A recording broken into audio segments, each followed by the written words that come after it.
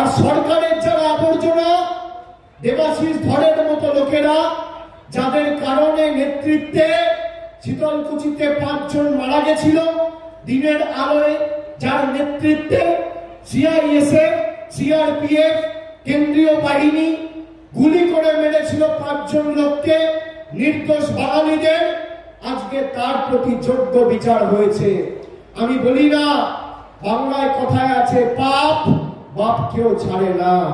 দেবাশিস ধর বীরভূমে মনোনয়ন ঘোষণা হওয়ার পরে তারাপীঠে পুজো দিতে গেছিল, তারা মা সুবিচার করেছে। এই মাটি বীরেদের মাটি, এই মাটিতে একাধিক সতীপীঠ রয়েছে।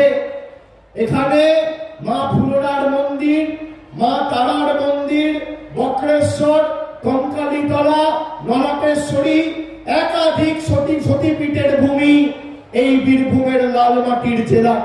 যে মাটি বাংলার কৃষ্টি সংস্কৃতি রক্ষার ক্ষেত্রে অগ্রণী ভূমিকা পালন করেছে, সেই মাটিকে কিভাবে বিজেপির সরকার কুলসিত কালিমা লিপ্ত করেছে আপনারা দেখেছেন।